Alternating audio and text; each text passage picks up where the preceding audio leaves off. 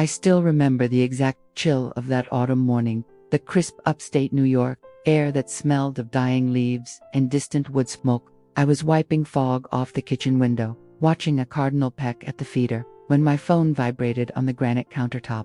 Unknown number. I almost didn't answer. Telemarketers had been relentless, but a small, cold knot tightened in my stomach, a flicker of intuition I'd learned, over 42 years, to never ignore. Mrs. Emily Thorne, a man's voice asked. He was professional, clipped, but with an undercurrent of urgency. This is Sergeant Miller from the state police. Your husband, David Thorne, has been involved in an incident. He's okay, he added quickly, but he's been taken to Albany Medical Center. We need you to come. The world didn't tilt. It froze. The cardinal flew away. David was supposed to be in Boston for a 3-day financial conference. He'd left yesterday, kissed me on the cheek, and said, "Don't wait up. I'll be in back-to-back meetings." His briefcase, a gift from me for our 15th anniversary, was by the door. "Albany," I managed, my voice thin. "But he's in Boston." The sergeant paused. "Ma'am, the incident occurred on I-90, just outside Albany. He's stable, but he was asking for you." I couldn't breathe. I muttered that I was on my way, grabbed my car keys, and drove through the winding country roads, every slow-moving tractor feeling like a deliberate act of cruelty. Hospitals, with their sterile, fluorescently silence, have always made my skin crawl. I'd spent too much time in them, sitting with my father during his chemo, holding my sister's hand after her surgery. They were places where life was put on pause, and often rewritten. At the reception, I gave his name. The nurse, a young man with a kind, tired face, clicked on his keyboard. "Yes, David Thorne, room 412. But the doctor is with him now. Is he okay?" The police said it was an incident. "He's stable," the nurse repeated, the standard, unhelpful mantra. "You can head up." My heart was a wild drum against my ribs. I took the elevator, the smell of antiseptic and anxiety filling my lungs. I found room 412 and pushed the door open without knocking. The scene inside is seared into my memory. David was sitting on the edge of a hospital bed, wearing a torn dress shirt, a bandage on his forehead. He looked pale, shaken, but his arms were occupied. He was cradling a little girl, no more than 4 years old. She had blonde curls and was clutching a ragged stuffed rabbit, her face buried in his shoulder.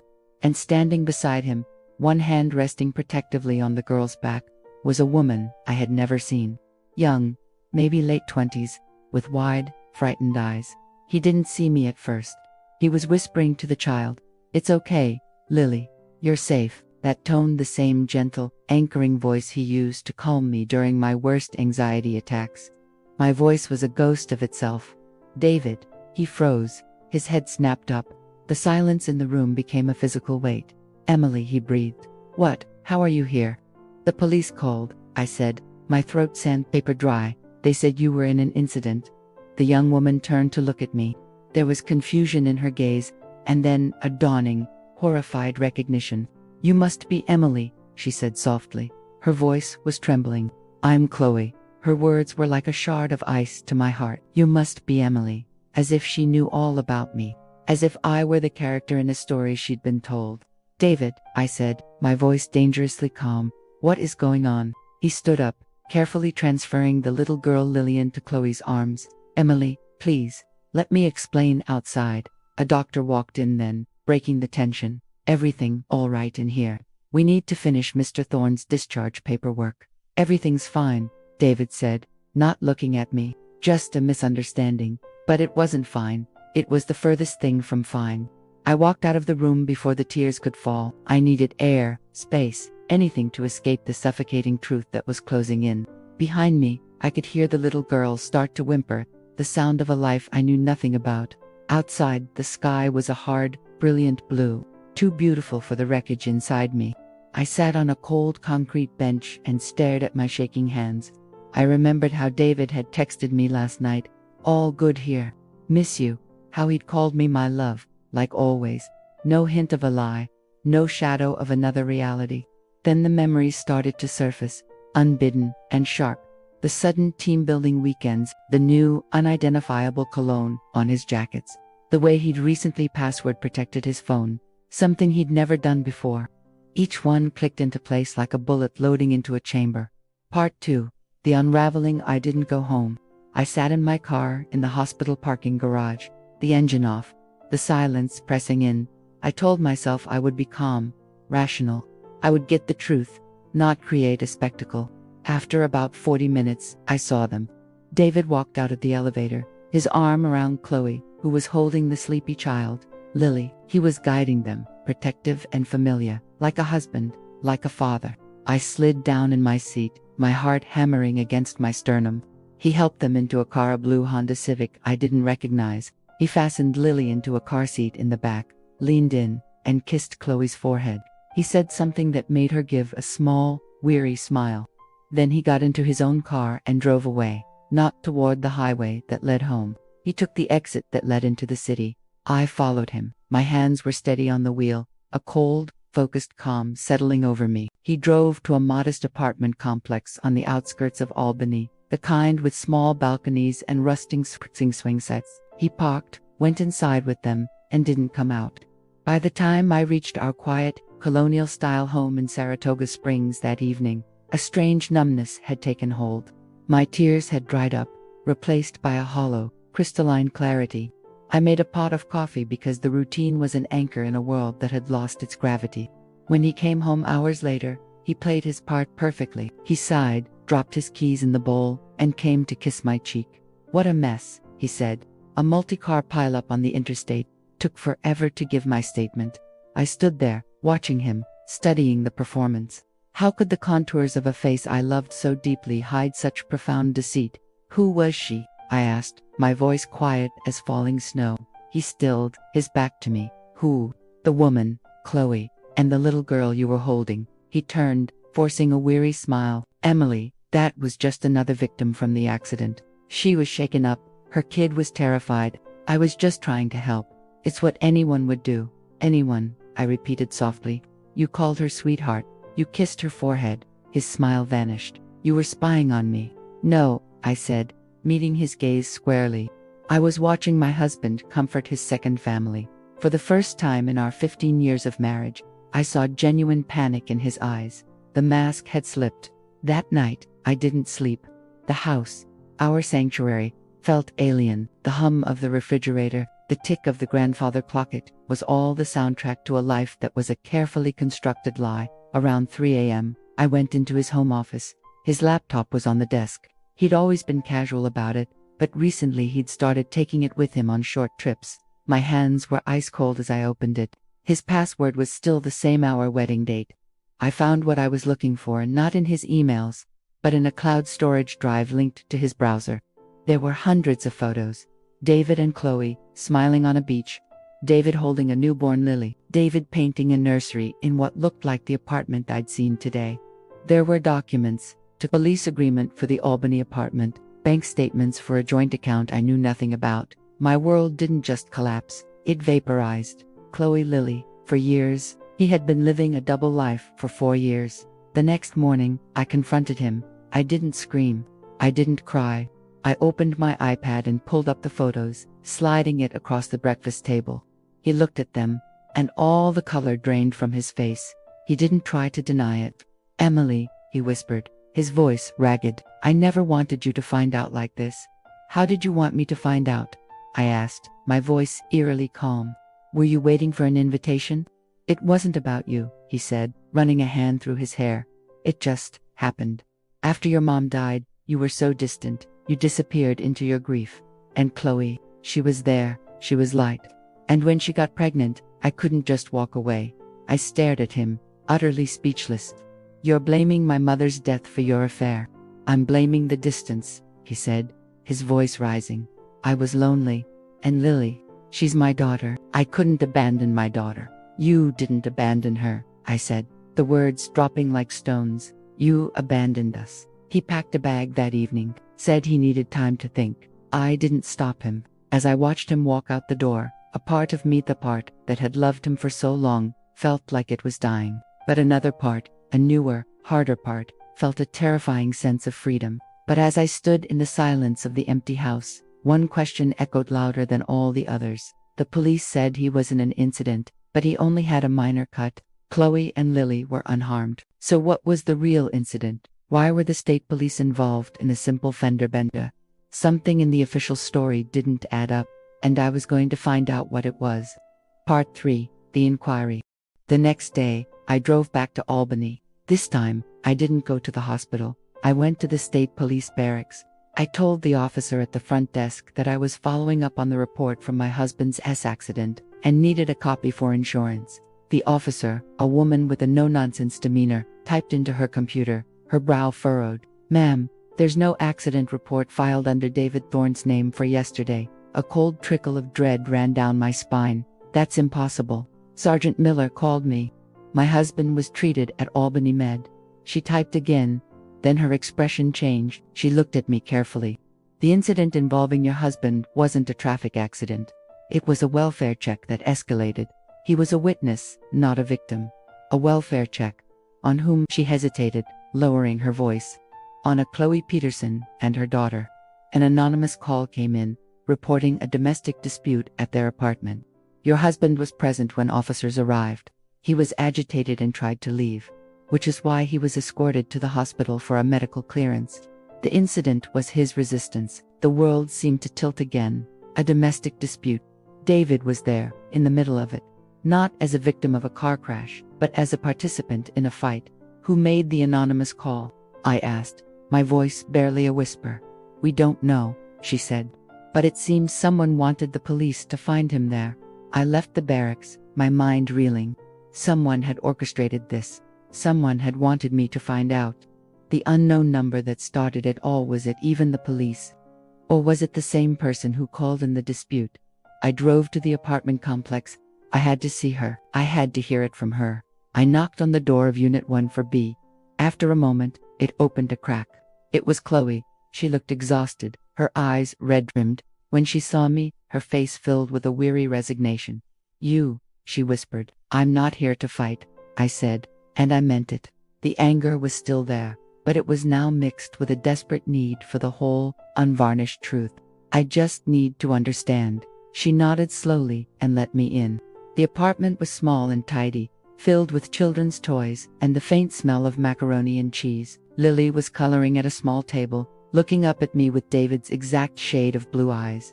We sat in a tense silence in her small living room. "He told me you were separated," she began, without prompting, her voice flat. "He said the divorce was almost final, that you were just staying in the house for tax purposes until it's sold. He showed me paperwork." My blood ran cold. "What paperwork?" "A draft settlement." It looked real. She looked at me, her eyes pleading for belief. "I'm not a homewrecker, Emily. I'm a kindergarten teacher. I met him when he volunteered for a school fundraiser. He was charming, and he seemed so available. By the time I found out the truth, I was pregnant with Lily, and you stayed." I asked, the question not an accusation, but a genuine query. "What was I supposed to do?" she said, a tear finally escaping. "I loved him, and he promised he would leave you. He said you were unstable after your mother's death, that he was waiting for the right time. He built me a beautiful cage of promises." I believed her. In that moment, I saw her not as my rival, but as another one of David's victims. He hadn't just lied to me. He had constructed an entire false reality for her. "The police were here yesterday," I said. "What happened?" She wiped her eyes. "We had a fight, a big one. I'd found texts on his phone from another number. Jessica," I confronted him. He got angry, said I was being paranoid. He was yelling, I was crying, Lily was screaming. Then the police were at the door. He tried to push past them, and that's when they restrained him and took him to the hospital to calm down. Another woman, Jessica. The lies had layers I hadn't even begun to uncover. "Who called the police?" I asked. "I don't know," she said. "I thought it was a neighbor, but now, I don't know." As I got up to leave, she handed me a small folded piece of paper. "He left this here. I think you should have it." Outside, in my car, I unfolded the paper. It was a receipt from a downtown hotel, dated 2 nights ago, the night he was supposedly in Boston. It was paid for with a corporate credit card from his company. But the name on the card wasn't David's. It was his business partner's, Mark. The pieces began to shift, forming a new, even more disturbing picture. Was his partner covering for him? Or was something else going on? I drove home in a daze. The betrayal was deeper and more complex than I had imagined. It wasn't just a secret family. It was a web of financial deceit, of borrowed identities, and of a third woman named Jessica.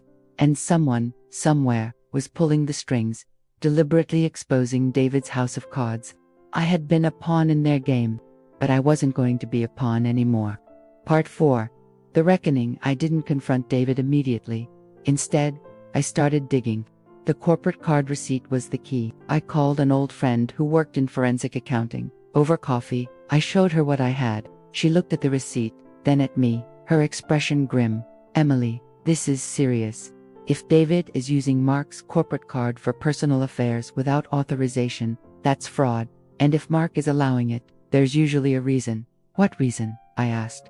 "A payoff. Or blackmail." The word hung in the air between us, cold and heavy. That night, David called. He sounded broken. "Emily, please, can we talk? I'll tell you everything. Just meet me." Against my better judgment, I agreed. We met at a neutral place, a diner off the highway. He looked like he hadn't slept in days. "It's over with Chloe," he said, his hands shaking as he wrapped them around a coffee mug. "I've ended it. It's you I love. It's always been you." "Who is Jessica?" I asked quietly. He flinched as if I'd struck him. "How do you know about Jessica?" "The phone you left at Chloe's. She saw the texts." He dropped his head into his hands. "Jessica, she's not an affair. She's a problem. A problem." He looked up, his eyes filled with a terror I had never seen before. "She works for a client. She found out about some creative accounting I was doing to cover the expenses for Chloe's apartment and Lily. She threatened to go to the partners, to the SEC. My blood ran cold. "You committed fraud." "Not fraud, just misallocations," he said, the lawyer in him still parsing words. "I was going to pay it back. But Jessica, she didn't want money. She wanted me to push a deal through that wasn't solid, to vouch for her client's company. If I didn't, she said she'd send everything to you and to Chloe." The full, horrifying picture came into focus. David wasn't just a cheater. He was a man drowning, grabbing at any piece of flotsam to stay afloat, and in doing so, pulling everyone down with him. The other woman was his blackmailer. "Who called the police on you, David?" I asked, my voice steady. "I think Jessica did," he whispered. I refused to play along. "I told her I was coming clean to you. I think she called the police to create a scene, to destabilize me further. Or maybe she was the one who called you, pretending to be the police, to make sure you found out in the most dramatic way possible." It made a sick kind of sense. She wanted him isolated, vulnerable, and entirely under her thumb. I looked at the man across from me, the father of a child I didn't know, the husband who had shared my bed while building another life, the professional who had risked his career, our home, our future. The love I had felt for him was still there, but it was buried under an avalanche of betrayal and pity. "David," I said, standing up, "you need a lawyer, and not for a divorce. For a federal investigation." His face crumpled. "Emily, don't leave, please. I can fix this." "You can't," I said softly. "You've broken too many things." I walked out of the diner into the cold night. The truth was uglier and more complicated than I had ever imagined.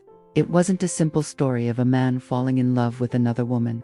It was a story of weakness, of lies, breeding more lies, of a single bad choice spiraling into a catastrophic life. Weeks later, the fallout began. David was suspended from his firm. The investigation was underway. He moved into a small apartment, alone. Chloe, I heard through a mutual acquaintance, had taken Lily and moved back to her hometown to be with her family. I filed for divorce. One afternoon, a plain, unmarked envelope arrived in my mailbox. There was no return address. Inside was a single typewritten sentence: "You're welcome." It was from Jessica. I was sure of it. She had used me as a weapon to destroy David, and now her work was done. I stood in my quiet, empty kitchen, the same place where this nightmare had begun with a phone call. The cardinal was back at the feeder. The world outside was moving on. I had lost my marriage, my trust, and the future I thought I had. But I had found my strength. I had faced the monster in the labyrinth and walked out, scarred but whole. Some stories don't have happy endings. They have endings, and then you begin a new story. My story was no longer about being Mrs. David Thorne. It was about becoming Emily again. And as I looked out at the autumn landscape, I knew, with a quiet and unshakable certainty, that she would be just fine.